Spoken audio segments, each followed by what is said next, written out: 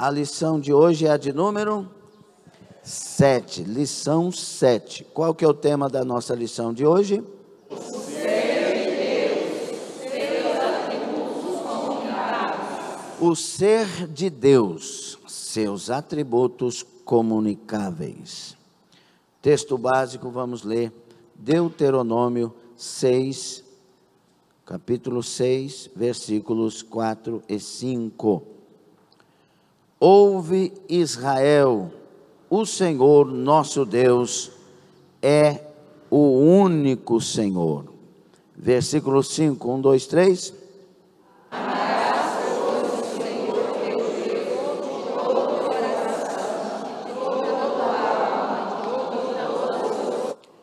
Amarás, pois, o Senhor teu Deus de todo o coração, de toda a tua alma, de toda a tua força. Amarás, pois, o Senhor teu Deus de todo o teu coração, de toda a tua alma e de todo o teu poder. Versículo chave, Efésios 4,15. Vamos lá? Está na lição. 1, 2, 3. Mas seguindo a verdade em amor, cresçamos em tudo naquele que é a cabeça, Cristo. Mas, seguindo a verdade em amor, cresçamos em tudo naquele que é o cabeça, Cristo. Qual que é o alvo da nossa lição? Ao estudar essa lição, você terá condições de reconhecer os atributos que Deus compartilha conosco e desenvolvê-los em sua vida. Palavra de Deus, o Senhor seja conosco. Quem concorda, tome assento dando glória a Deus.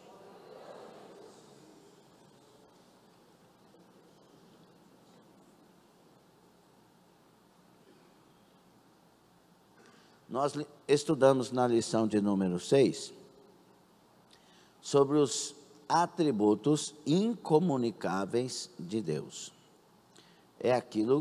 São os atributos, as atribuições que são somente para o Pai, somente para o Filho e somente para o Espírito Santo, somente para o Deus Trino. Tem coisas nele que é somente para ele hoje, que quando nós estivermos com ele, também serão comunicáveis a nós na eternidade. Por enquanto aqui não. Mas tem também os atributos comunicáveis, que Deus traz a nós por sua graça e bondade. Quando o ser humano foi feito, Deus falou, façamos segundo a nossa imagem e semelhança. Então, Deus traz a nós coisas dele, para nós ele traz. Esses atributos, meus irmãos, comunicáveis, eles fazem parte, então, da imagem de Deus, e que agora, estando em nós, deve ser vista pelos outros. O segredo do cristão é refletir Jesus. Se nós não refletirmos Jesus, é bem possível que nós não estejamos nele, porque isso é uma coisa que acontece quando ele está em nós. Se ele habita em nós pelo Espírito Santo, não é? Se ele habita em nós pelo Espírito Santo, esse Espírito Santo está em nós para nos tornar imitadores de Cristo, pessoa semelhante a Cristo. Ele veio para formar Cristo em nós. Ele veio para nos convencer da justiça, do juízo, do pecado, da verdade, e por causa disso nós vamos nos tornando parecidos com Jesus. Por isso, cristãos, Cristo pequeno.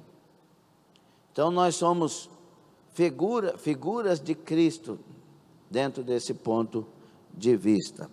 E é interessante porque Deus fez tantas criaturas por aí, de todas estas criaturas, o homem foi criado à sua imagem e à sua semelhança.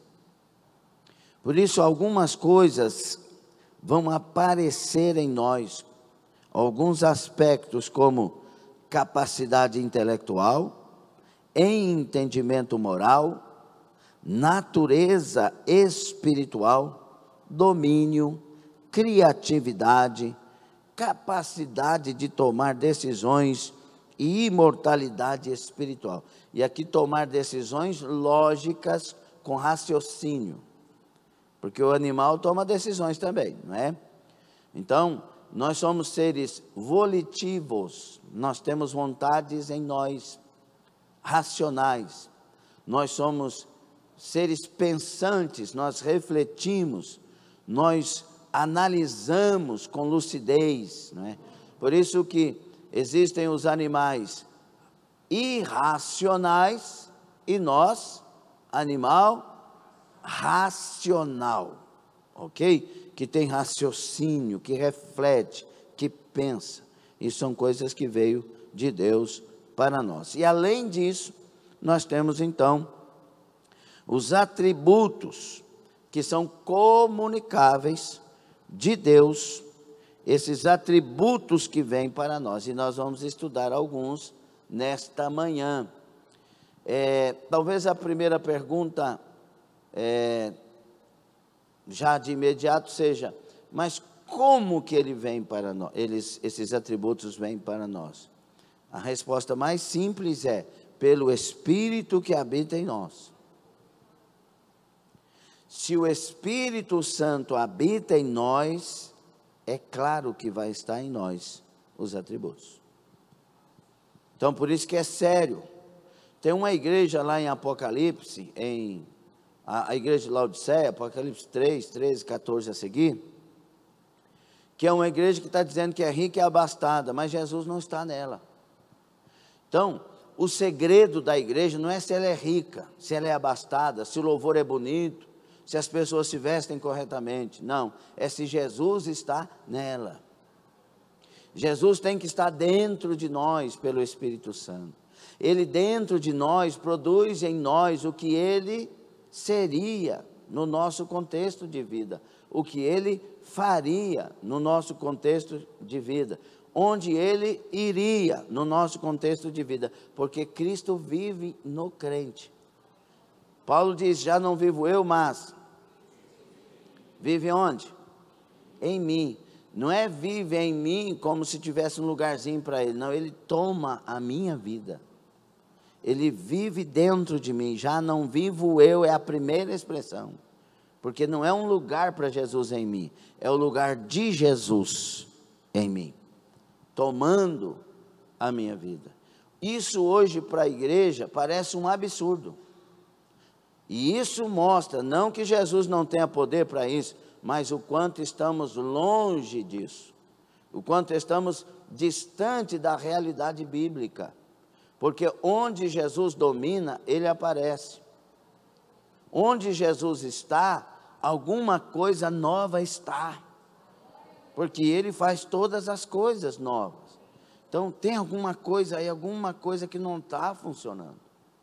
E aí, observando o contexto, né, de Efésios 4:15, quando diz, mas seguindo a verdade em amor, cresçamos em tudo naquele que é o cabeça. Aqui está falando de algo muito especial. Primeiro, que nós temos que seguir a verdade em amor. Segundo, que estando nele a gente cresce. Aí o contexto lá, do versículo 17 a seguir, faz um contraste da nova com a velha criatura. Quem está em Cristo, realmente ele muda. Mas aí, ele fala assim, antes nós estávamos entenebrecidos no nosso entendimento, pessoas sujeitas à vaidade, a gente estava nesse mundo com o velho homem reinando. Mas agora já não é velho homem, é novo homem que se renova em nós. E esse novo homem, Paulo fala assim, portanto, deixai a mentira, falar a verdade. Ele começa a mostrar a nós que nós temos um novo caminho para seguir. Deixa a gritaria, perdoa uns aos outros, não dá lugar ao diabo, não deixa o sol colocar sobre a ira. Ele vai falando de coisas que nós temos que viver, nos esforçando para tal, porque o Espírito em nós nos dá temor, e nos leva a viver uma vida que a cada dia eu passe a parecer mais com Jesus. Mas a dor do coração da gente hoje é que a igreja cada dia está deixando de parecer com Jesus. Falo a verdade ou falo mentira? Os lares, brigas, umas coisas absurdas, uns xingamentos, as traições, pessoas se vestindo de maneira inadequada, falando de maneira inadequada, parecendo que não tem Jesus na vida. E quando Jesus está, ele nos causa temor. A gente fica pensando em não atingir Jesus. A gente fica pensando em não tocar em Jesus, não ferir a santidade de Jesus. Mas parece que hoje é tão tranquilo isso. Fala mal de um, fala mal do pastor, fala mal da pastora. Irmão, a gente sabe falar mal de Jesus, não é a questão de querer defender para não falar mal do pastor, não é isso que eu estou falando. Tem uma cabeça pura em nome de Jesus. Chamar Jesus de endemoniado, de filho de Beelzebul e um punhado de coisas, um absurdo. Então, desde lá eles falam de pessoas puras e santas. Então não é sobre isso que eu estou falando. Estou falando de pessoas que pensam que tem Jesus, mas não tem. Porque se alguém tem coragem de falar isso, de fazer dessa forma, não tem temor. Porque ainda que alguém fosse mal, que alguém fosse ruim, a pessoa que tem temor, ela não quer atingir os outros. Ela quer ser alguém que edifica. Por isso que Paulo fala, da vossa boca não saia, no contexto, nenhuma palavra podre, torpe, mas somente aquilo que edifica. Então parece que a gente está dormindo. É tão fácil o marido conversar com a esposa e falar mal da igreja, e eu sei que tem gente que faz isso, porque estou falando pelo Espírito. Aí pesa o culto, quando chega no culto, principalmente se for obreiro. Então, nós temos que aprender a deixar Jesus reinar em nós. Deixar Jesus fabricar. Eu acho que a palavra mais certa para esse tempo é fabricar algo dentro de nós que nos torne parecidos com Jesus. Pastor, então eu vou para casa. Aí você vai piorar. Porque é aqui que a gente mostra quem é. Entende ou não? Então, alguns atributos, então, para a gente aprender. Primeiro atributo que eles procuram trazer para nós aqui, e nos vários lugares onde você for estudar sobre os atributos comunicáveis de Deus para nós, você vai ver esse atributo colocado em primeiro lugar, porque soa como o mais importante mesmo, que é a veracidade, que poderíamos associar com fidelidade. E aqui fidelidade é algo mais abrangente do que a gente possa imaginar. Não é uma questão de fidelidade a um propósito, não. É fidelidade no aspecto de alguém que é fiel em tudo, como pessoa. Porque eu posso ser fiel ao meu trabalho. 7 horas da manhã, que está marcado para começar, eu chego 10 para 7, 17 horas o horário de sair, eu saio 17h10. Estou sendo mais que fiel. E eu trabalho, e desenvolvo, desempenho, e faço aquilo que é devido fazer, então eu estou sendo fiel àquilo. Mas posso ser infiel à esposa. Posso ser infiel nas dívidas que tenho e não pagar. Aqui é uma fidelidade de uma pessoa fiel, uma pessoa verdadeira. Ela não representa um papel, ela é o que é, em verdade e fidelidade. Você entende isso? Então, esse Deus nosso, esse Jesus, ele é fiel e verdadeiro no seu caráter, que vem de caracteres, né? que revela uma pessoa. O caráter de Deus é verdade e fidelidade. Um Deus intocável, um Deus imutável. As circunstâncias não mudam nele. Tem gente que é fiel até o dia que acontece alguma coisa. E aí deixou de ser fiel. Deus não olha para mim, não quer saber, vou sujar. Ou seja, só é limpo porque tem benefício. Se acabar o benefício, não é limpo mais. Não faz parte. Por isso que Paulo não abandona Jesus, mesmo sendo perseguido, sendo preso, sendo acusado por falsos irmãos, etc. Ele não abandona a obra e nem Deus, porque ele não é para ter alguma coisa, ele é porque Deus entrou na vida dele e o tornou criatura nova, nova criatura. Então, Jesus deixa claro sobre esse Deus que ele é, e este homem aqui conosco, né? Sobre tudo, ele andando conosco, ele revela esse homem que deve ser esse homem perfeito. E quando ele fala dele enquanto o Salvador e Deus, ele fala: eu sou o caminho e a verdade. Ele é a verdade. Ele não tem a verdade. Ele é a verdade. E ele é a vida.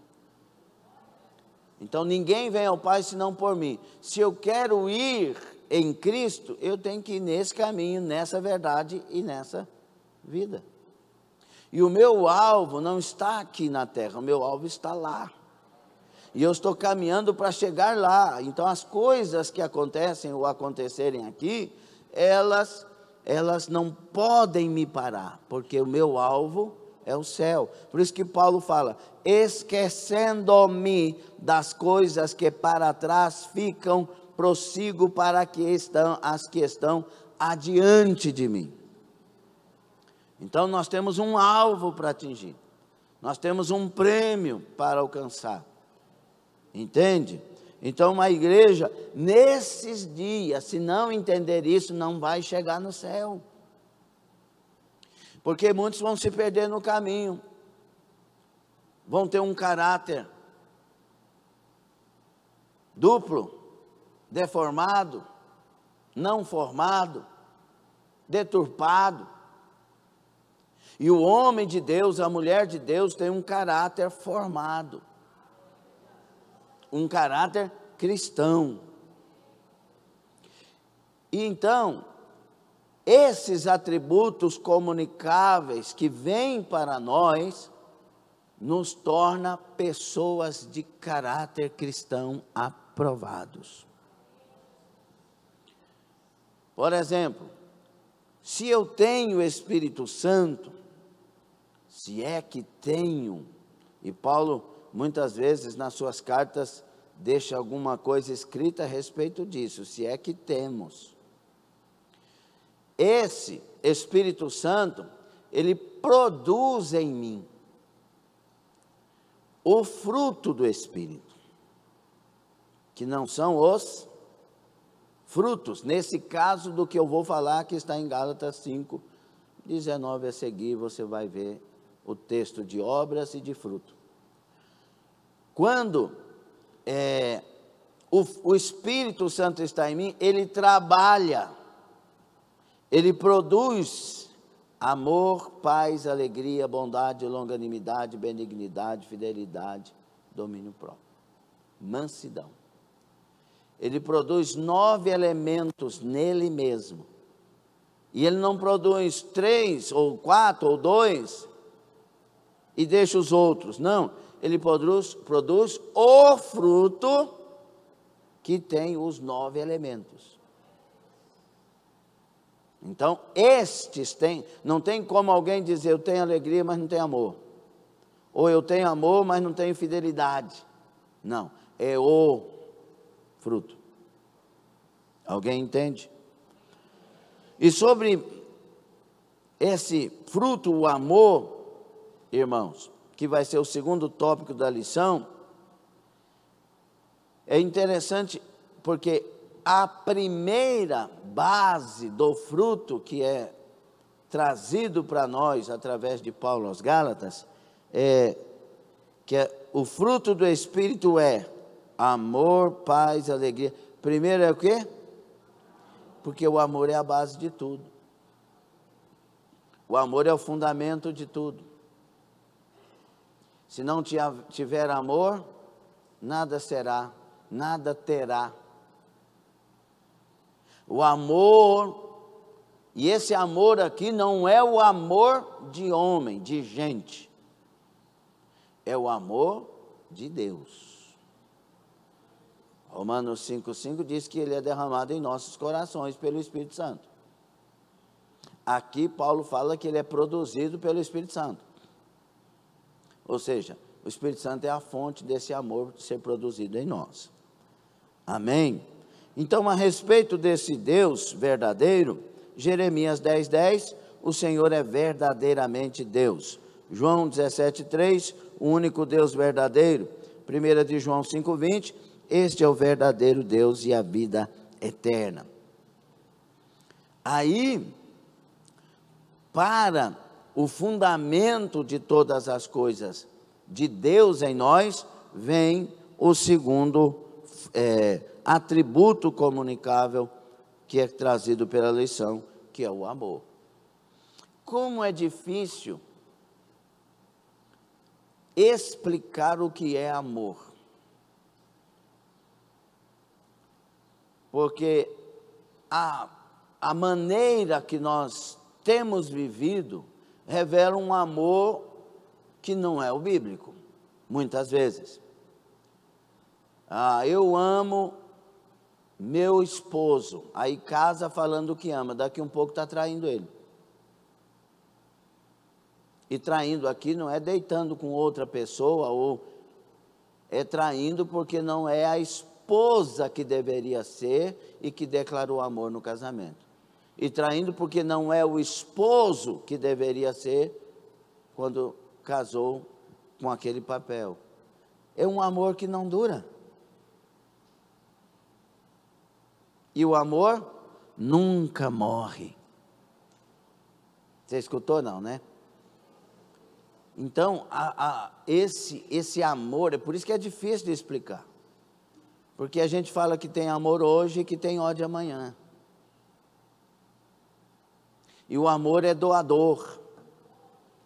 O amor é sacrificial. O amor, quando você vê Deus falando de amor, Ele está falando que deu alguma coisa. Deus amou o mundo de tal maneira que deu seu Filho. Mas Deus prova, Romanos 5:8, mas Deus prova o seu amor para conosco quando deu seu Filho para morrer por nós, sendo nós ainda pecadores. Deus amou um povo pecador. Ele não amou um santo, Ele amou um pecador. Amou com misericórdia, amou com empatia, amou com bondade, amou com longanimidade, porque Ele ama o pecador. Ele vai até lá no hospital em estado terminal ver se ele ainda quer servir esse Jesus e morrer com Ele. É um amor que não desiste. É um amor que muitas pessoas blasfemam o nome dEle. E eu digo blasfêmia aqui, não a blasfêmia de morte, porque os fariseus blasfemaram contra Deus, Paulo blasfemou, mas porque não conhecia, diferente. Mas mesmo essas pessoas, Deus vai lá atrás. E a gente despreza quando alguém erra conosco. A gente ama até que não erre conosco. A gente ama até que não chame a nossa atenção. A gente ama até que não pise no nosso calinho. Que amor fajuto e falso. Porque amar é diferente quando é o amor de Deus. Eu lembro de uma cena do filme de Paulo. Esse último filme de Paulo que saiu é fantástico. E ele brigando com o médico amado Lucas, brigando no bom sentido. O médico amado Lucas dizendo para ele: Esse povo quer nos matar, você ainda fica falando essas coisas deles. Como é que isso e como é que aquilo, e fica bravo. E Paulo disse: amar, tem que amar.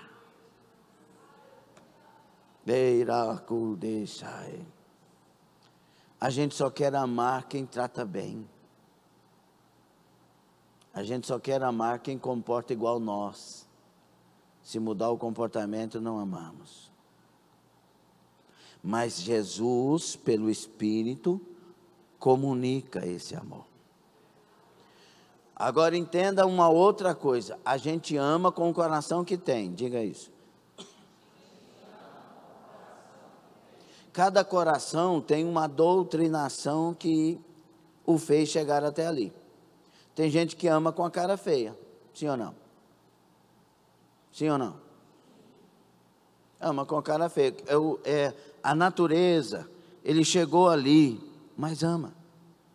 Tem gente que ama pregando bravo, duro, igual o João Batista. Raça de víboras! Quem vos induziu a fugir da ira futura? João Batista tinha amor, sim ou não? Mas ele foi formado para ser como ele foi. E cuidado com esses novos chegantes por aí, teólogos. O João Batista era muito exagerado. O João Batista falava isso. O João Batista, eita, se fosse hoje o João Batista. Não era o João Batista. Era Deus falando através de João Batista. João Batista era a voz do que clama no deserto. Respeite o Deus que está ali falando. Mas aí a gente tem atribuições e coisas desse tempo que nos faz pensar mal até de homens santos. João Batista era cheio de amor, pregando a verdade, dando sua vida. Por isso ele perdeu sua cabeça, pregando a verdade. Então, um amor diferente. Agora, o João da ilha de Patmos é um João de filhinhos. Embora muito justo, muito correto nas verdades, foi João que disse: quem vive no pecado é do diabo. Mas com aquelas palavras de João, com docilidade. O João que aprendeu com esse amor de Jesus Cristo, e ele tinha uma herança de cultura diferente da de João Batista, mas ele era um homem que tinha amor, tanto quanto João Batista tinha amor. Então, o amor não é no sorriso primeiro, o amor é nas atitudes. João mesmo diz assim, que o vosso amor, que o nosso amor não seja por palavras, mas por obras. Você me ama. Para saber se você me ama, eu tenho que ver as suas obras a respeito de você e eu. Que amor é esse? Um amor que concorda com tudo, que põe a mão sobre tudo, que sabe que eu estou errado e não me ajuda? Isso não é amor. Não é amor. O amor preocupa com o outro. O amor, olha o que a Bíblia diz, e preste bastante atenção nisso. A Bíblia diz assim, que o jovem rico chegou para Jesus em Marcos 10, 17 a 22, que faz perder a vida eterna, os mandamentos, eu vivo desde criança, e Jesus olhou para ele, e o texto diz o quê? E o amou. Depois que diz, e o amou, diz logo em seguida, que Jesus abriu a boca e disse a ele, falta-te uma coisa só. O amor acha em nós defeitos para nos ajudar a melhorar. Você não escutou não, né? O amor acha em nós defeitos para nos ajudar a melhorar. O mal acha em nós defeitos para nos abandonar. O amor para nos ajudar. O amor de Deus é o atributo que demonstra que Ele é aquele que se doa inteiramente e eternamente aos outros, sem exigir nada em troca. Meus irmãos, por isso que o amor divino, esse amor que deve estar em nós, primeiro ele é doador. Deus é uma doação eterna de si para nós. Meu Deus do céu. É uma coisa, parece absurdo. DCM, 1 de João 4,8. Esse atributo, irmão, não é meramente uma ação, mas uma expressão essencial da natureza de Deus. Olha o que diz 1 de João 4,8. Aquele que não ama, primeira coisa, irmãos, absurda, no sentido de pessoas que estão nas igrejas e não têm amor. Aquele que não ama, se você não consegue amar, você ainda não conhece a Deus. Mas aí diz, porque Deus. Então, esse Deus é amor, e se Ele ama, e eu sei que Ele ama, o que Ele vai fazer conosco se nós damos liberdade?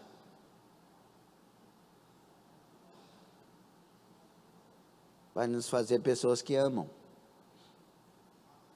Vai nos dar amor. Vai produzir amor em nós. Porque Ele eternamente é amor. Deus não tem amor, Ele é amor. A essência de Deus é amor. Aleluia. Ao receber esse amor, somos capacitados a amar a Deus sobre todas as coisas e aos outros como a nós mesmos. Ao receber o amor de Deus, somos capacitados a amar a Deus sobre todas. Uma luta não nos toma de Deus. Pelo contrário, nos leva para perto de Deus. E aí, por causa disso, é interessante a ordem, né? Porque primeiro é amar a Deus sobre tudo. Se eu tenho esse amor a Deus sobre tudo, eu amo o próximo. Não tem como fugir disso. Porque é por isso que tudo se resume nesses 2 mandamentos que Jesus fala, né? Amar a Deus sobre todas as coisas. Vamos fazer assim para resumir o mandamento, que é de toda a alma, todo o coração, toda a força, etc. Amar a Deus sobre todas as coisas porque um está vinculado ao outro. Se eu amo a Deus sobre todas as coisas, não tem como não amar o próximo. Isso está em nós. Então, irmãos, nosso amor de uns pelos outros, agora falando da comunidade cristã, e também o amor aos inimigos, é uma realidade. Aí eu quero que o Lula morra. Não, você quer que ele seja salvo se você é crente. Ah, irmão, eu queria que o camarada que roubou a igreja morresse. Não, a gente quer que ele seja salvo. E olha que testemunho lindo, se ele vier aqui um dia como obreiro, testemunhar que foi salvo. Porque as coisas desse mundo ficam neste mundo. Nós temos que olhar para a alma. O João, quando chegou diante da ilha da aldeia dos samaritanos, e os samaritanos não quiseram que eles dormissem lá, não quiseram dar pouso a eles, porque viram que eles estavam indo para Jerusalém, e há um ódio entre essas 2 nações. Aí o João fala assim, Jesus, o senhor quer que a gente ore aqui igual Elias orou para mandar fogo do céu? Destruir todo esse povo? Jesus falou, João, eu não vim destruir as almas, eu vim salvar as almas. Ou seja, eu quero salvar os samaritanos, eu quero salvar aqueles que nos odeiam. E tem gente hoje que, quando alguém se levanta e tal, fala assim, eu quero ver essa pessoa pagar pelo que fez.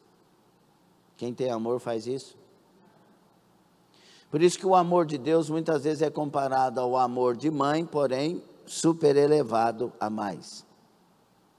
Mas uma mãe tem um filho que maltrata ela, que xinga ela, que briga com ela, e ela chora de amor pelo filho e pede que Deus abençoe. Por isso a Bíblia diz, se bater numa face, oferece a outra. Orai pelos que vos perseguem, abençoe e não amaldiçoe. tem que ter amor em nós. Qual que é a primeira pessoa que deve ser abraçada quando entra para dentro de uma igreja? A bem vestida e cheirosa ou a prostituta mal vestida? Qual que é a que tem que ser mais abraçada? A prostituta mal vestida. Mas se bem que uma prostituta que tem temor de Deus, quando vai para a igreja, ela muda de vestes. Sim ou não? Eu conheço testemunhos de mulheres assim. Nós temos uma irmã lá em Portugal que Deus arrancou ela, usando o pastor Jean, de dentro de uma sala, de uma casa de prostíbulo, 2 horas da manhã. Quando ela foi para a igreja, ela foi bem vestida. Isso fala de temor. Então, meus irmãos, esse amor é um amor, olha o que está escrito aqui na revista. É por isso que nem sempre entendemos o fato de Deus perdoar os pecados de, por exemplo, um assassino. É interessante, né? Porque Jesus não veio para os sãos, ele veio para os doentes. Paulo era um assassino, ou então Saulo. Se você ler na Bíblia, você vai ver que Saulo consentia. Não está dizendo que ele matou, mas se você for lá na tradição, vai falar de tantas coisas que Paulo fez. E aí o que acontece? Jesus salva o Saulo, e aí o Ananias fala, não, quando Deus pede para o Ananias ir orar por Saulo, o que ele faz? Não, esse homem é perseguidor, esse homem... Não. Ô, Ananias, esse homem vai pregar meu evangelho. Vai lá orar por ele. Eu escolhi ele. Ah, se a igreja entendesse. Então, o nosso amor pelos outros, especialmente dentro da comunidade cristã, irmãos, deve ser um amor doador também. Um amor que perdoa 70 vezes 7 por dia. Ou seja, 490 vezes por dia. Ou seja, toda vez que for preciso. Perdoar. Mas o pastor é bobo, fulano voltou, e o pastor, bobo é você que está falando isso, porque Deus manda perdoar. Se Judas tivesse arrependido, Jesus teria perdoado. E eu digo Judas como o ápice do pecado, porque ele vendeu Jesus. Pedro negou Jesus, arrependido, veio, Jesus perdoou.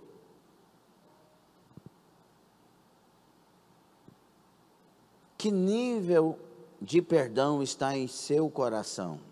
Preste atenção na pergunta. Que nível de perdão está no seu coração? Porque esse é o nível do amor de Deus que está em nós. Porque o perdão tem que estar à altura do amor, e o amor à altura do perdão. Deus nos amou de tal maneira que enviou Jesus para nos perdoar.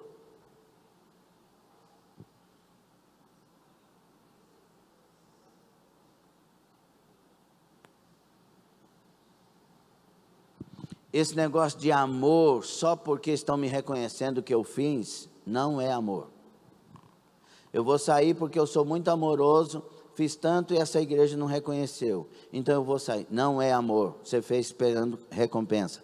Quem ama de verdade não espera recompensa. Vou falar novamente, quem ama de verdade não espera recompensa. Amar é de graça. Você pode dizer esta frase?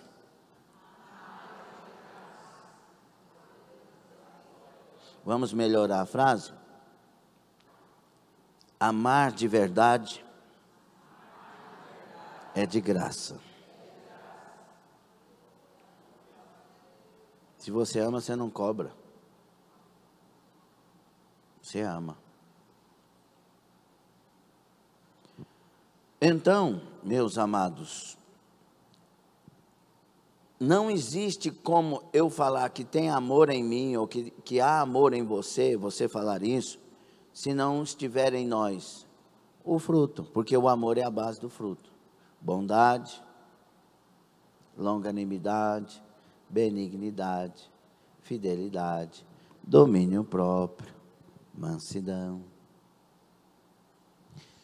E tem que entender, né? Domínio próprio é krateia, né? A capacidade de dominar. Domínio próprio não quer dizer que eu não vou irar, que eu não vou ficar nervoso, que não vai ter dias ruins, mas quer dizer que eu vou dominar isso.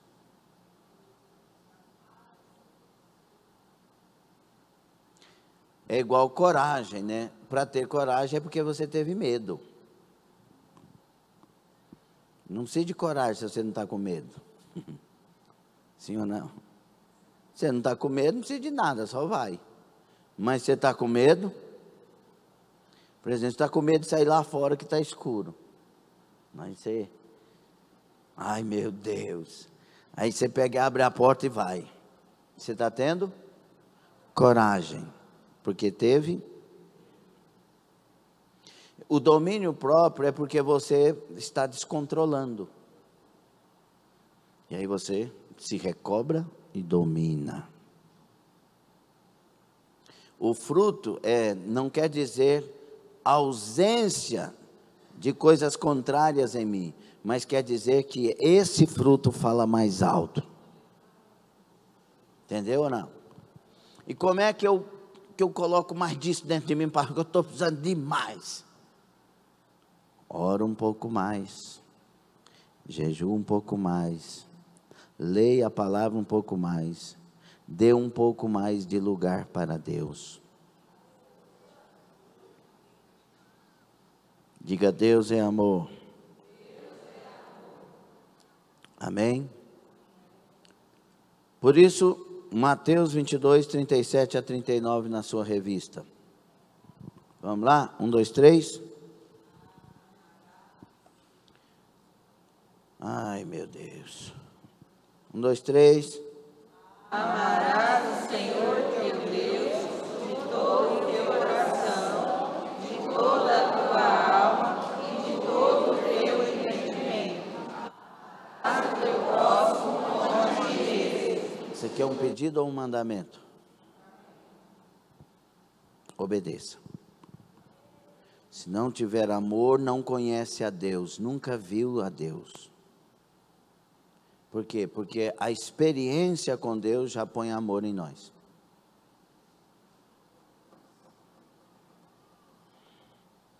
Qual que é o próximo atributo? Essa questão da santidade é uma coisa que algumas pessoas colocam contradição nisso. Eu ouvi um camarada pregando certa ocasião, dizendo que a gente não tem que ir atrás de santidade, não. Porque Deus nos deu, é Deus que nos dá, é Ele que tem que dar. Aí já veio direitinho na minha mente, Hebreus 12, 14. Segui a paz com todos e eu tenho que seguir o quê? Paz e santificação, sem a qual ninguém verá o Senhor. Seguir é perseguir, correr atrás. Nós temos que correr atrás da santificação. Quando Jesus nos converteu, e isso foi de fato, isso aconteceu mesmo, então nós nos tornamos santos. Outra coisa errada, né, que é, eu sou pecador. Não, você não é pecador.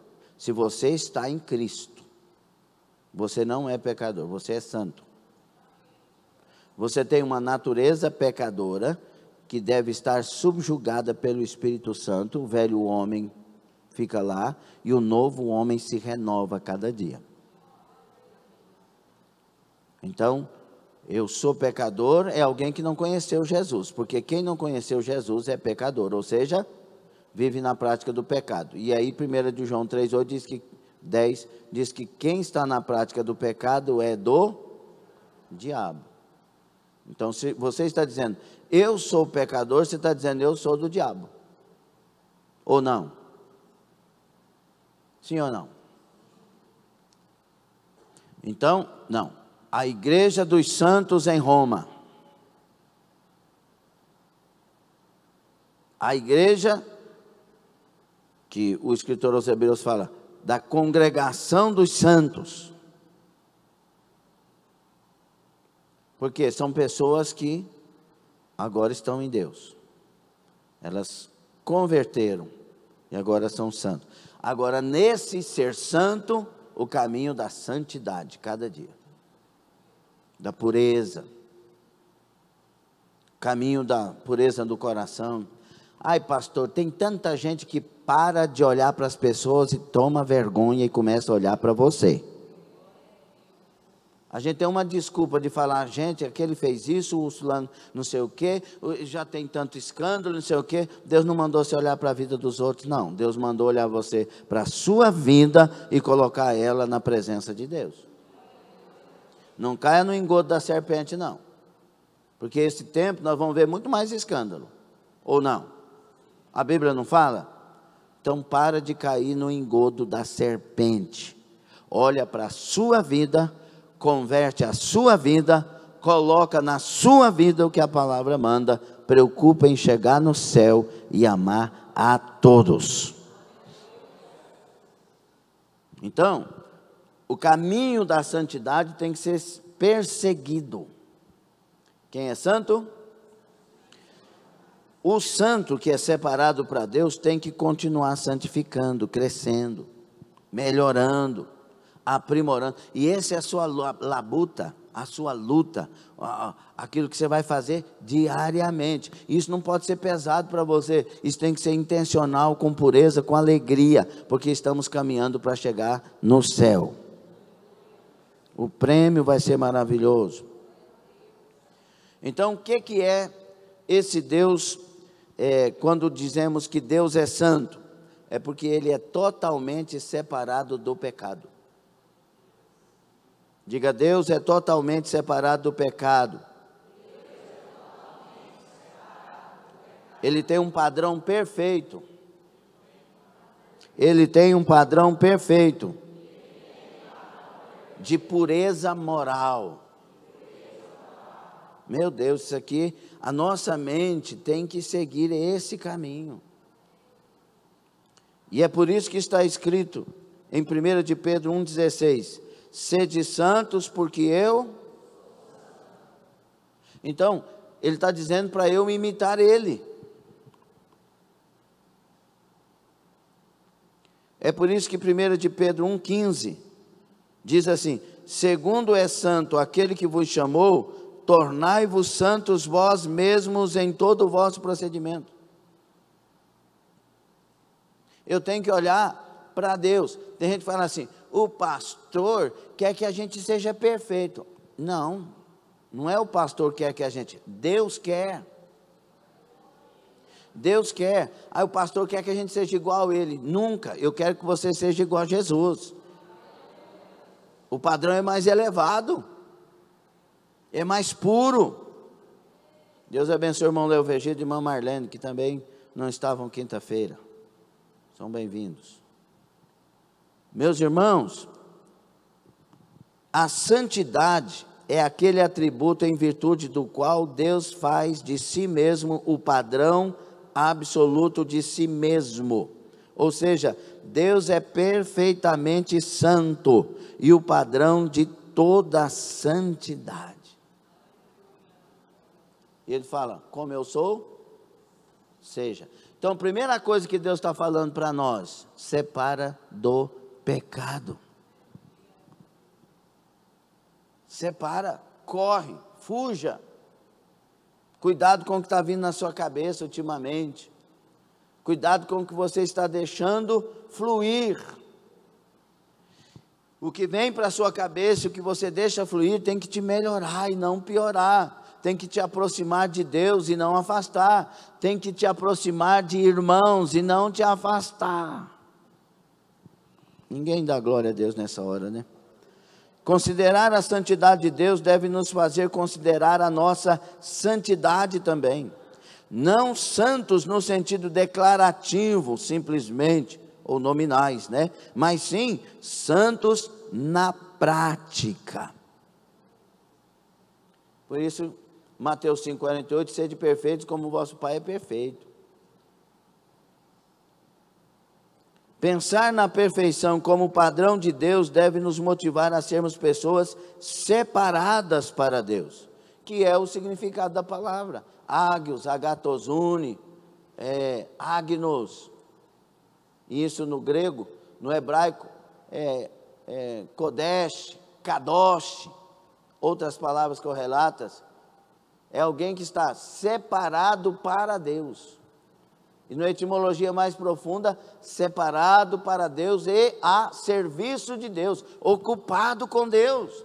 Você tem o seu trabalho, você tem os lugares onde tem que ir, tudo que você faz, mas acima de tudo você está ocupado com Deus. Mesmo trabalhando, você está fazendo o que tem que ser feito com dedicação, com alegria, etc, etc, etc, profissionalismo, mas fazendo como ao Senhor, porque você é separado para Deus.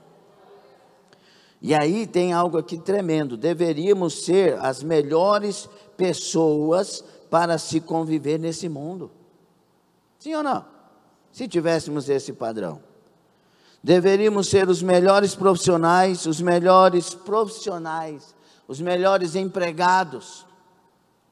Agora tem tanta gente, irmão, vai trabalhar numa empresa, rouba da empresa, fala mal do patrão, começa a fofocar dentro da empresa, divide funcionário, pessoas que se dizem crentes, não, é desviado. Ah, mas na igreja fala em língua estranha, fala na igreja, tem língua estranha, mas não tem Deus. Porque o melhor e maior lugar para mostrar quem somos é lá fora. Não é aqui dentro, aqui a gente é obrigado a ser alguma coisa boa. Aí lá fora, como que tem sido? O que o patrão fala de você? O que a patroa fala de você? De mim? O que os colegas de trabalho falam de nós? Eu não estou dizendo perseguição porque você não mente. Estou falando sobre o seu serviço, a sua pessoa. Deveríamos ser os melhores maridos, as melhores esposas, os melhores alunos, os melhores cidadãos. Verdade ou mentira? E por que não? Irmãos, eu estou falando algo que é fato. A maioria das pessoas que eu conheço, eu não me lembro de o contrário, mas eu vou dizer essa palavra. A maioria das pessoas que eu conheço, que são pessoas que contratam outros, dizem que não querem contratar crente mais. São pessoas desviadas dentro da igreja, que não dão testemunho de crente lá fora. Qualquer coisa está arrumando confusão. Qualquer coisa, aí eu vou me humilhar. Você não vai se humilhar não? Jesus se humilhou. E humilhou-se a si mesmo. Ou não? Aí tem uns pregadores aí, falando uns besterol. Irmão, olha para Jesus, olha para Paulo. Olha para Pedro depois que foi cheio. É hora da gente revelar Jesus na nossa vida. Em nome de Jesus Cristo. Está entendendo? Não é que as pessoas têm que nos amar, não. Porque o mundo nos odeia. Nós temos que ser funcionários, os melhores alunos, Não é ser amado não, porque o mundo vai odiar mesmo. Mas o mundo vai ter que dizer, mas foi meu melhor aluno. Foi meu melhor funcionário. É porque a Bíblia diz, e Pedro muito bem fala sobre isso, porque se a gente padece sendo mal, que galardão tem? Agora, se padece fazendo o bem, aí vocês estão revelando Jesus Cristo. Se você crê no Deus da Bíblia, então a sua referência de santidade é o mais alto que se pode imaginar. Mas se você está vivendo uma vida medíocre, é porque não está conseguindo entender a santidade de Deus. Isaías, ele batia a boca falando que ele era o cara, e pregando e tal. O dia que ele viu Deus, ele falou, vou morrer. Ele viu a santidade de Deus, e os serafins dizendo, santo, santo, santo, o superlativo da santidade. Porque no hebraico, se você repete uma vez, é porque já é uma verdade que está enfatizada na sua própria verdade. Se fala 3 vezes, é o exagero dos exageros. E quando Isaías viu a santidade de Deus, eu vou morrer. Ele é santo demais e eu sujo demais. Aí Deus falou, não, eu vou purificar você. O Deus santo, primeira coisa que Ele quer fazer conosco, é que tenhamos uma consciência de quem somos e o quanto precisamos sermos lavados. E o prazer dele é vir e trazer para nós a purificação. Ele veio para isso. Transformar pecadores em santos. Amém. Esse padrão de santidade é uma exigência de Deus. E nós temos que lutar para isso. É um mandamento de Deus. E como é que eu revelo santidade aos olhos dos outros? Com atitudes, as palavras, as vestes, as respostas, o trabalho, as reações. Tudo isso não é fácil, principalmente para nós hoje. Mas tudo isso nós temos que lutar para melhorar cada dia. Aí vem um outro atributo. Qual? Justiça ou retidão. No sentido bíblico, corresponde a agir fazendo o que é e fazer o que é justo e você ganha para trabalhar, trabalhe com justiça.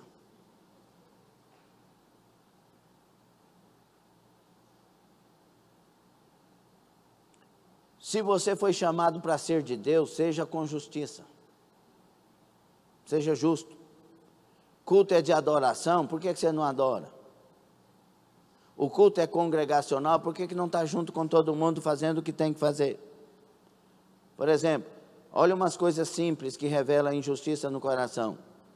Irmãos, vamos ficar sobre os pés para adorar o Senhor. Fica um punhado de gente sentado em certas igrejas. Eu estou cansado, mas não trabalho em pé?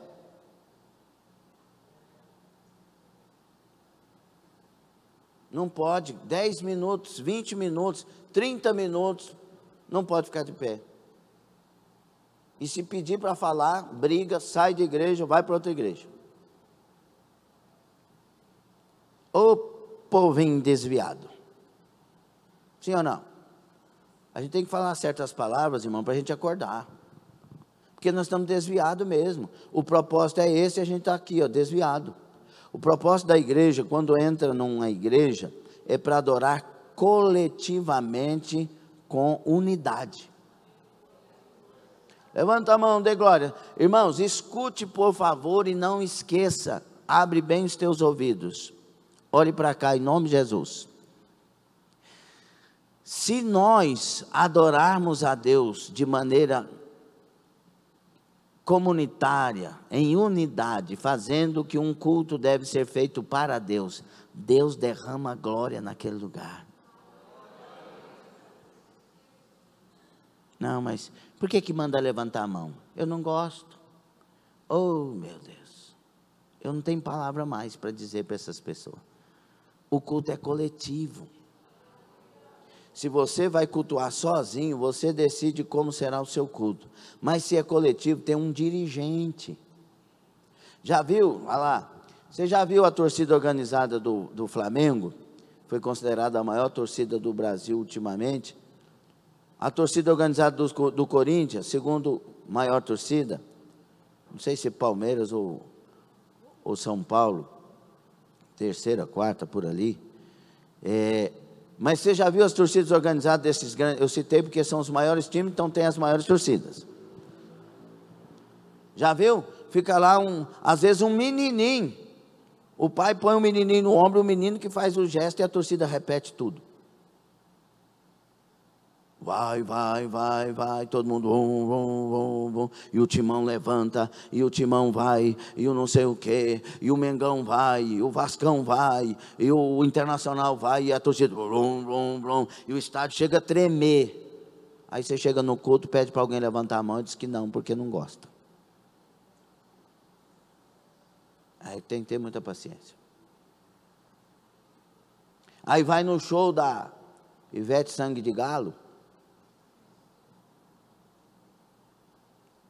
Aí ela pá, pá, pá, pá, pá, pá, pá, pá, pá, pá, pá, pá, pá, pá, pá, pá, e o povo pum, pum, pum, pum, pum, pum, pum, pum. Aí chega na igreja, cara fechada, cara feia, não levanta a mão, não faz nada. Ah, tem dó. Tem que ter muita paciência. E lá eles estão adorando muitas vezes ídolos. E aqui estamos adorando o Deus vivo e verdadeiro. Pelo amor de Deus, pelo amor de Deus, pelo amor de Deus. A gente que tem consciência disso, perde a paciência. Porque nós não estamos aqui para ficar representando papel nenhum. E ninguém está pedindo para levantar a mão, para mostrar que a igreja não sei o quê. Nós estamos falando, levante a mão para adorar a Deus. Fica sobre os pés para lermos a Bíblia Sagrada. Aí o cara está lá no ginásio, cheio de gente, ou no estádio, cheio de gente, fala assim, liga o celular agora, torcida, todo mundo liga o celular. A igreja, ninguém manda em mim, ninguém não sei o quê.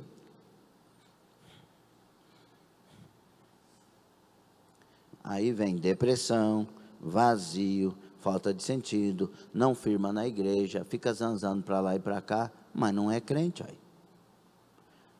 Se fizesse tudo da maneira que se deve fazer, e eu estou falando de Bíblia e não de domínio de homens, né? A Bíblia manda a gente ter um culto coletivo, sim ou não? Quando vocês reunirem na igreja, todos tenham salmos, todos tenham hinos, todos tenham, vai falando, sim ou não? É todos. Então, o culto para Deus não é doutrina de homens, é coisa bíblica. Quando o primeiro púlpito na igreja, a palavra púlpito sai na igreja, Esdras está ali ocupando o púlpito e falando a lei. Todos numa só voz. Amém. Amém. Houve quebrantamento em todos e houve mudança em todos. Mas não, a gente tem tanto problema, né? Só que lá no mundo tem problema também, mas quando entra no show, desencarna o mundo e encarna o show. Sim, pelo menos comigo no mundo era assim. Se eu não fizer melhor para Deus, eu estou sendo falso, é o que fica na minha cabeça. Se você é de Deus, seja justo, faça o que um servo tem que fazer, faça o que uma serva tem que fazer, seja igreja. Outras coisas, às vezes reparamos nos acontecimentos ao nosso redor e podemos pensar, vivemos em um mundo injusto, onde está Deus que deixa tudo isso acontecer? O salmista também, né, faz essa pergunta, mas olha o que responde Salmo 37, 28, pois o Senhor ama a justiça e não desampara os seus santos, serão preservados para sempre, mas a descendência dos ímpios será exterminada. Haverá um julgamento para estes que cometem injustiça. E os santos e justos do Senhor serão preservados. Escute, a justiça divina, isso é uma anotação minha, a justiça divina é revelada tanto na punição do pecado, quanto na justificação dos crentes por meio de Cristo. Deus é justo. Quem está condenado, está condenado por obras de um julgamento justo. Por isso que Deus, para não ser injusto, enviou Jesus para nos salvar. Quando eu escondo-me em Cristo Jesus e confesso Ele como o único Senhor e Salvador, a justiça de Cristo vem para mim. E eu sou justificado pela graça, pela obra de Jesus Cristo. Então Deus agora me justifica e me salva. Mas se em Cristo eu não estiver, não tem justiça para mim que me salve, porque eu sou condenado pecador. Por isso, a Bíblia diz, irmãos, a justiça de Deus não se limita apenas ao fato de um dia julgar o mal. Deus é justo em seu caráter, o que quer dizer que tudo o que Ele faz é justo. Todas as práticas de Deus estão alicerçadas na sua justiça. Deuteronômio 32:4, eis a rocha, suas obras são perfeitas, porque todos os seus caminhos são juízo, Deus é fidelidade, e não há nele injustiça, é justo e reto. Isso tem que provocar temor no meu coração, porque se Ele é justo e reto, Ele me condena, sim ou não?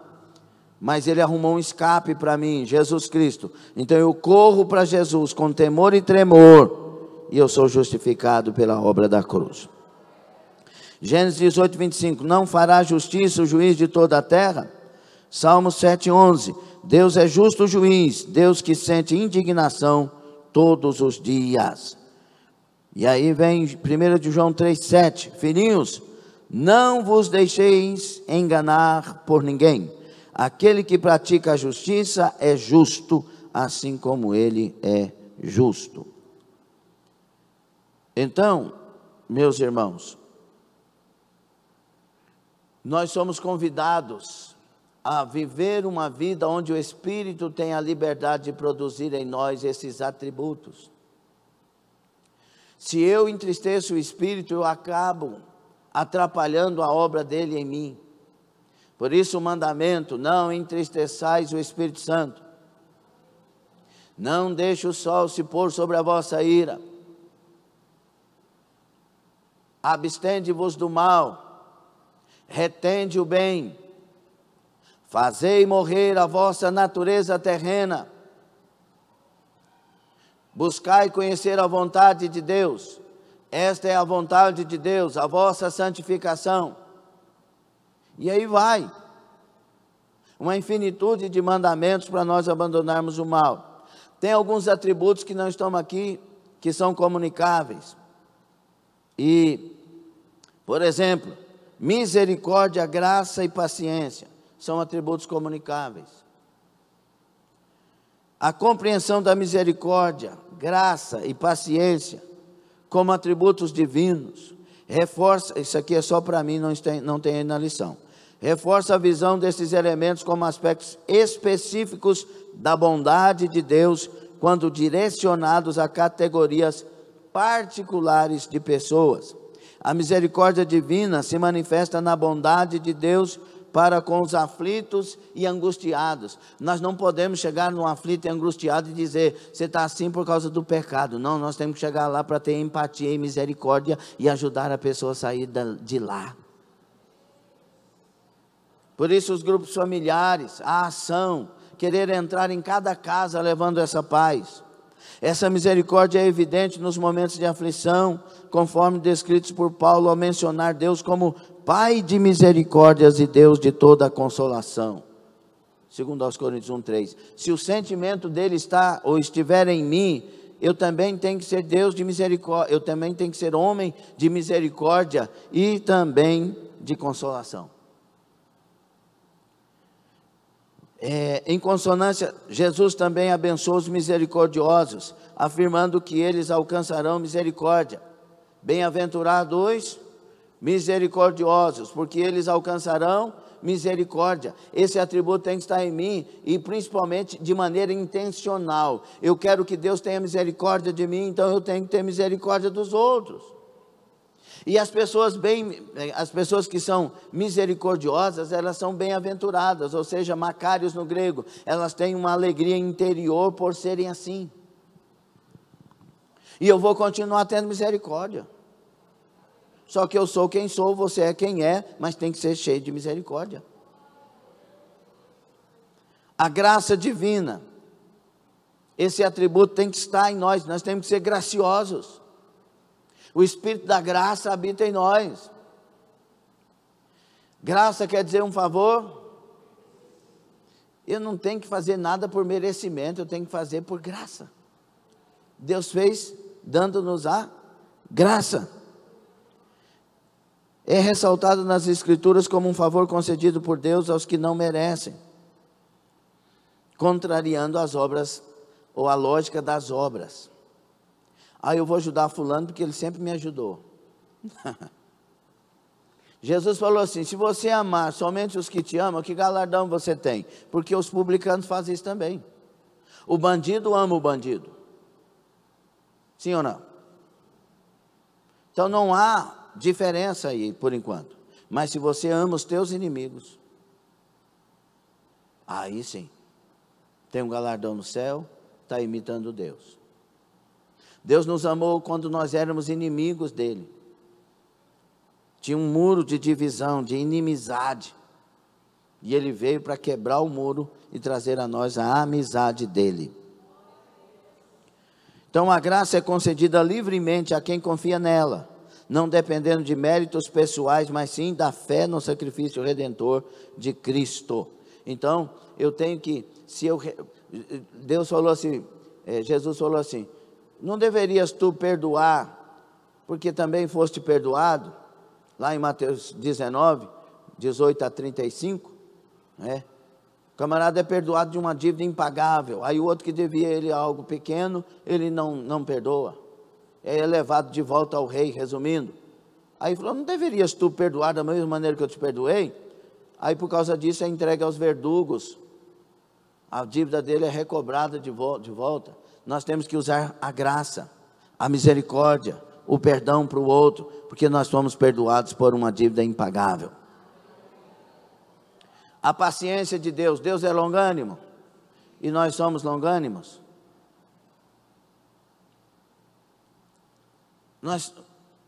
A Bíblia chama a gente para olhar para a paciência de Jó.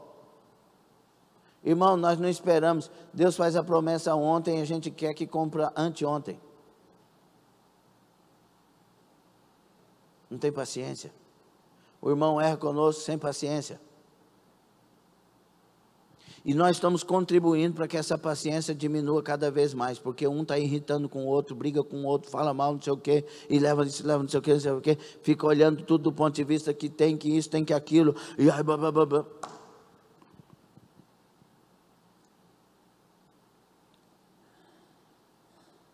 Entrega o teu caminho ao Senhor, confia nele, e ele tudo fará. Mas tem um outro atributo de Deus para nós, comunicado. Diga: atributo ira. A Bíblia fala assim: irai-vos. A gente não fica indignado com certas coisas que estão acontecendo hoje, e tem que ficar mesmo. Se você é justo, quer a coisa correta e quer que seja feito da maneira certa, tem que irar com essas injustiças. Eu, por exemplo, acho uma injustiça você vir para a igreja e não adorar a Deus. Mas eu estou com um problema.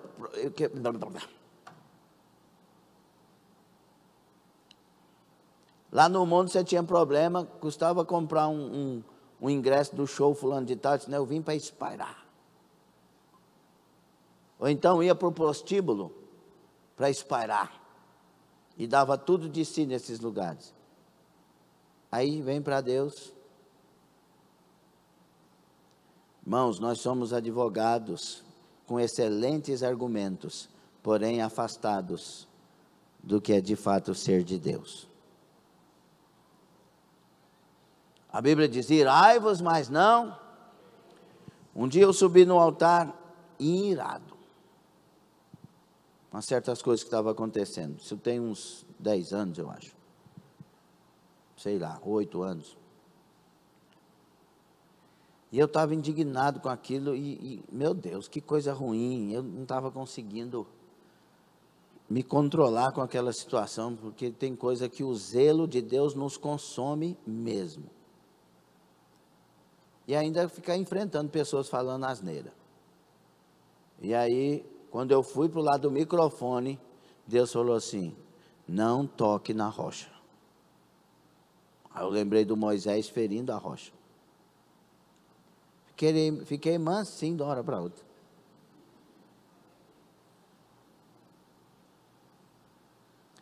Porque por toda a indignação que a gente tenha com tanta coisa que acontece, quem tem que tomar atitude é Deus e não nós.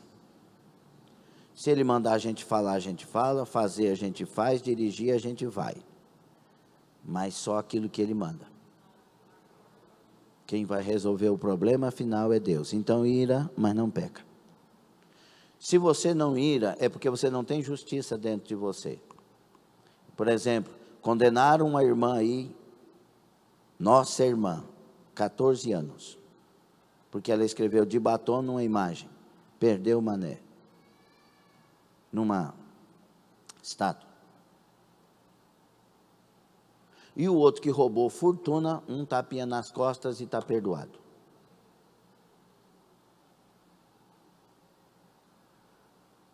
Não causa indignação?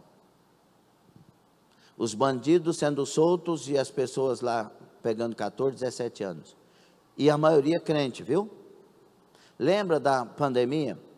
Diz que teve uma irmã que saiu da igreja porque eu estava falando de política. Que o sangue de Jesus lava a cabeça dela, porque eu estava falando de uma realidade que a gente precisava enfrentar como igreja. E eu falei todas as vezes que eu mencionei essas coisas que não tem a ver com política, tem a ver com a igreja e o que está acontecendo. E aí está aí o que está acontecendo. Aí, queridos, o que eu falava naquela época? Crente não vai para a rua, crente vai para o quarto orar. Enquanto os que vão para a rua trabalham suas passeatas e fazem o que tem que fazer, e esse é o sistema lá mesmo, nós vamos para as vigílias. Orar ao Deus, sim, quem lembra disso?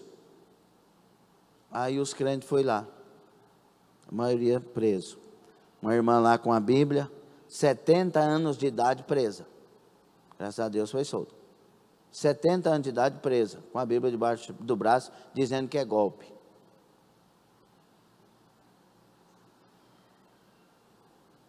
A gente tem que irar com isso, mas não pecado. De todo jeito tem que orar pelas autoridades, orar pela nação e não fazer coisa errada. Nós somos de Deus. Só que a justa justiça de Deus se manifestará no tempo certo. Entende? Apesar de ser um conceito muitas vezes mal compreendido, a Bíblia frequentemente menciona a ira de Deus. Sua ira é uma expressão de sua rejeição veemente a tudo que se opõe ao seu caráter moral. É evidente nas narrativas bíblicas, especialmente quando o povo de Deus se desvia e provoca a ira do Senhor, como relata Moisés. Deuteronômio 9, 7 e 8. A doutrina da ira divina não está limitada ao Antigo Testamento. O Novo Testamento, abra aí Romanos 1, 18 e 2, 5. O Novo Testamento também a menciona, salientando a ira de Deus contra a impiedade e a perversidade. DCM, Romanos 1, 18. Porque o céu, do céu, se manifesta o quê? a ira de Deus sobre toda a impiedade e injustiça dos homens, que detém a verdade em 2:5. Mas segundo a tua dureza e teu coração impenitente, entesouras ira para ti no dia da ira e da manifestação do juízo de Deus. Efésios 2:3. Está escrito. Efésios 2:3. Entre os quais todos nós também antes andávamos nos desejos da nossa carne, fazendo a vontade da carne e dos pensamentos, e éramos por natureza filhos da ira, como os outros também. Por isso que Jesus vem lá, 1 Tessalonicenses 2:9. 2 ou 1, hein? 2, 9 e 10, vamos ver.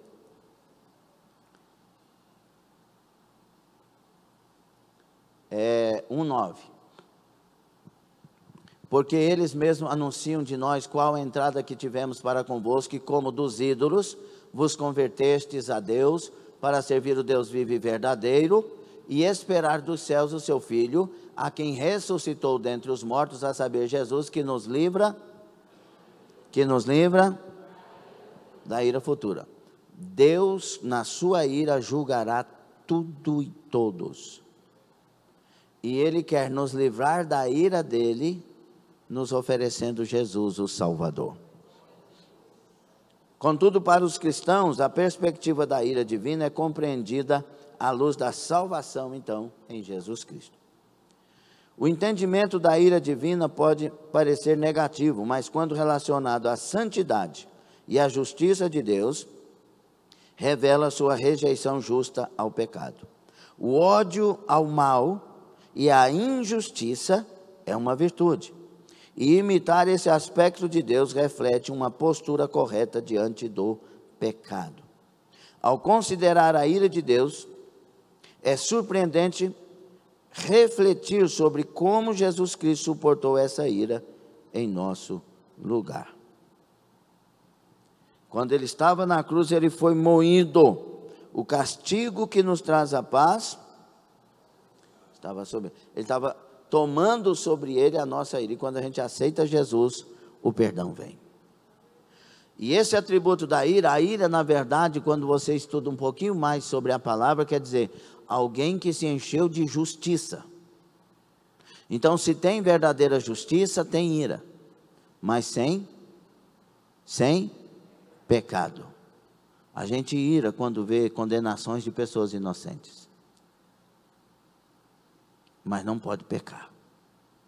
Não pode, com as próprias mãos, fazer justiça. Aí vamos terminar então lendo Romanos 12. Veja aí, Romanos 12, 9 a seguir. Vamos ver se é. O amor seja não, aborrecei o mal, seguindo. Amai-vos cordialmente uns aos outros com amor fraternal, preferindo-vos em honra uns aos outros. Não sejais vagarosos no cuidado, sede fervorosos no Espírito, servindo ao Senhor. Alegrai-vos na esperança, sede pacientes na tribulação, perseverai na oração. Comunicai com os santos nas suas necessidades e segui a hospitalidade. E agora? Abençoai aos que vos perseguem. Abençoai e não amaldiçoeis. Alegrai-vos com os que? E chorai com os que? Sede unânimes entre vós, não ambicioneis coisas altas, mas acomodai-vos às humildes. Não sejais sábios em vós mesmos. A ninguém torneis mal por mal. Procurai as coisas honestas perante todos os homens. E agora, se for possível, quando estiver em vós,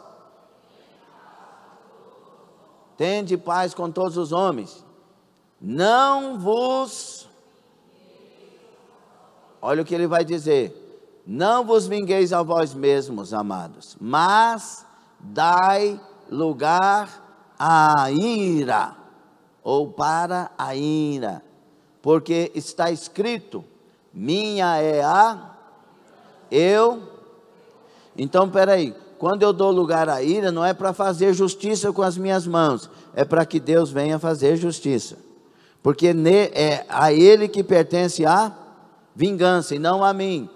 20, portanto, se o teu inimigo tiver fome, dá-lhe de comer, se tiver sede, dá-lhe de beber, porque fazendo isso, amontoarás brasa de fogo sobre a sua cabeça. Então, essa brasa, não te deixe vencer do mal, mas vence o mal com o bem. Essa brasa na cabeça é comunhão, brasa viva do altar, comunhão. Então, quando eu deixo Deus agir, Deus vai agir para a salvação e libertação daquela pessoa e mudança. E a minha vingança é para querer matar. Então, não é assim. A minha ira tem que ser contra as coisas erradas, mas deixando Deus agir sobre todas elas e me comportando bem com todos, fica sob os pés. Que possamos repetir as palavras de Paulo. Sede meus imitadores, como também eu sou de Cristo. Que sejamos crentes que refletem o caráter do Pai através de uma vida que é modelo para os outros, na pessoa de Jesus Cristo. Aprendemos? Irmãos, por favor, sinceridade. Você vai querer mudar? Porque a gente está tendo uns comportamentos muito difíceis, a gente parece que não tem paciência mais. Qualquer coisa fala o que dá na telha. Não tem temor de Deus. Não vá por esse caminho, você tem um caminho novo. Vou falar novamente. Mas não precisa dar glória a Deus, não, só entenda. Você tem um caminho novo. Você tem uma nova vida. Nós somos crentes. Pelo amor de Deus, nós somos crentes para morar no céu. Por que fica intolerante? Por que fica discutindo sobre coisas que não têm fundamento? Por que é tão fácil não tolerar, não admitir, não dialogar? Sendo que essa é a atitude de alguém que converteu. Tolerar, ser longânimo, ter paciência, dentro de justiça, mas cheio de amor. É tão fácil comunicar. Ao invés de ficar conversando com a sua esposa coisas erradas e asneiras, conversa com o seu pastor, uai. Trata o assunto. Deus nos chamou para ficar falando nas costas? O Espírito Santo foi lá. O Espírito Santo estava lá presente. Já viu o moço lá do Geazi? O moço do Eliseu? Eliseu falou que não queria os presentes do camarada lá, do Naamã. Aí o moço seguiu ele, falou, o meu patrão agora quer. Pegou o dinheiro para ele, escondeu. Aí voltou para o patrão, Eliseu falou, onde você foi? Bebê. O meu espírito foi com você. O Espírito de Deus estava lá na sala, na conversa. O Espírito Santo está em todo lugar. Nós vimos na lição passada que Deus enche a terra na presença dEle. Ninguém pode fugir dEle. Ele vê tudo, conhece tudo, sabe tudo. Para que esse negócio? Por que isso? Pare de olhar para as crianças e presta atenção em nome de Jesus Cristo. Nós temos que tomar novas atitudes, senão nós vamos cair no buraco. E Deus não nos chamou para os buracos, Ele nos chamou para a ascensão, para o cenáculo, o andar de cima. Deus nos chamou para nos encher do Espírito Santo, cada dia mais melhorar, ser mais cheios da presença dEle, cada dia crescer mais, produzir fruto e mais fruto ainda. Então curva a sua cabeça, quando for convidado para orar, ore de verdade. No zelo, não seja remisso, não seja vagaroso. Ora de verdade, fala com Deus. Rasga o coração diante de Deus. Senhor, eu não quero ir nessa enxovalhada de coisa errada desse tempo. Fale com Deus. O Espírito Santo quer derramar em nossos corações o amor de Deus, a base, o fundamento de tudo. O amor que não deve ser fingido, que deve ser fraternal, principalmente com os domésticos da fé. O Espírito Santo, através do amor, quer produzir santidade, justiça, a ira com domínio, a misericórdia, a graça, a empatia. O Espírito Santo quer nos fazer a igreja que ama, a igreja que ajuda, que estende a mão, tudo dominado pelo Espírito. A igreja que adora de maneira comunitária, de maneira que faz em unidade do Espírito, que tem prazer. Senhor, perdoa nossos pecados, perdoa as nossas omissões, as nossas falhas, enganos, erros.